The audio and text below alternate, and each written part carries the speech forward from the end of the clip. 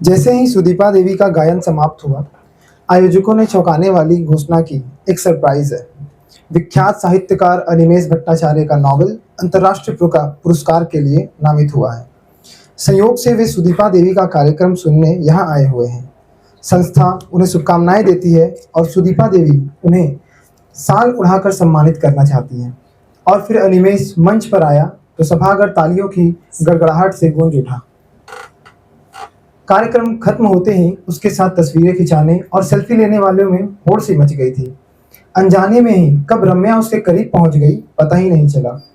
भीड़ में भी उसे देखकर सहसा अनिमेष की निगाहें उस पर जम गई, जबकि उसे लगा था कि एक ही मुलाकात है, पता नहीं वे उसे पहचान भी पाएंगे कि नहीं।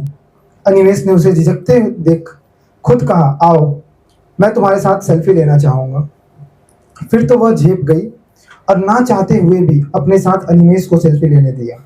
अनिमेष ने कहा, जाना नहीं, यदि कोई और साथ ना हो तो मैं तुम्हारे साथ निकलूंगा। घर पर फ़ोन कर दो, मुझे संस्था वालों ने डिनर पर बुलाया है और उसमें तुम मेरी गेस्ट रहोगी। मैं तुमको छोड़ आऊँगा। रम्या को कुछ सूझा नहीं। वह यंत्रवत अनिमेष के पास से भी भीड़ छटने का इंतजार करने लगी।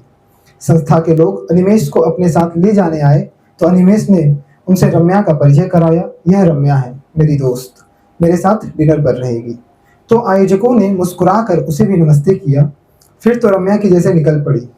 उसे सुदीपा देवी के साथ भी तस्वीर लेने का मौका मिल गया। हालांकि वे डिनर में साथ नहीं गई। कहा, मैं घर का ही खाती हूँ। डिनर टेबल पर कुल 5 लोग ही थे, अर्थात उनके अलावा 3 लोग और। साफ लग रहा था कि यह आनन फानन में आयोजित था और डोवर लेन म्यूजिक सर्कल प्रेक्षागृह के पास ही एक रेस्टोरेंट में था। जब वे उठने को थे, रम्या ने झिझकते हुए अनिमेष की ओर वह किताब आगे कर दी जो उसे गौरव ने दी थी और कहा, क्या इस पर अपने ऑटोग्राफ नहीं देंगे?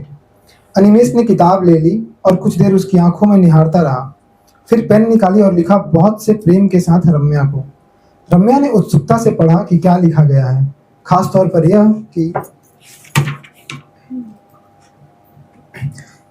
यह कि नाम तो उसका सही लिखा है ना, क्या पता चेहरा याद रह गया हो और नाम भूल गए हैं। कितने ही लोगों से तो घिरे रहते हैं। प्रेम शब्द पर जैसे वह अटक गई और तो और बहुत सा प्रेम। उसकी सांसें सहसा गर्म हो गई और तेज चलने लगी। मनोभावों पर काबू पाते हुए पूछा, आपने केवल एक किताब क्यों दी? अनिमेष ने मजाक किया, ताकि तुमको अधिक बोझ ढोने से बचा सकूं। अधिक किताबें होती तो कहाँ कहाँ ढोती फिरोगी। फिर बात को उलझन भरी बनाते हुए कहा, बार बार मिलने का मौका चाहता था, हर मुलाकात में एक किताब। रम्या के दिल में आया कि पूछे, आप क्यों बार बार मिलना चाहते हैं, मगर प्रश्न को दिल में ही दबा लिया गया। शायद इत्मीनान से वह इसका मनचाहा अर्थ निकालना चाहती थी। कई बार अपूर्ण बातें साहित्य में बहुत अर्थवान होती हैं। यह उसने साहित्य विमर्श में जाना था और यह भी कि अनेकार्थता काल की उत्कृष्टता का मानदंड है और संभवतः जीवन में इसके विपरीत है। डिनर के बाद अनिमेष अपनी कार से रम्या को उसके अपार्टमेंट के बाहर छोड़ गया। वह जानबूझकर अनिमेष को अपने घर के अंदर आमंत्रित नहीं कर पाई।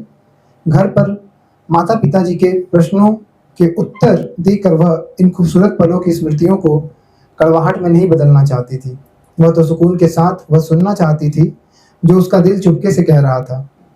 उसे बहुत सारा एकांत चाहिए था। एक संगीत सा उसके कानों में बज रहा था। क्या यह कोयल की कूक थी, जो सुदीप हुक, जो कोयल की आवाज़ से उठती है?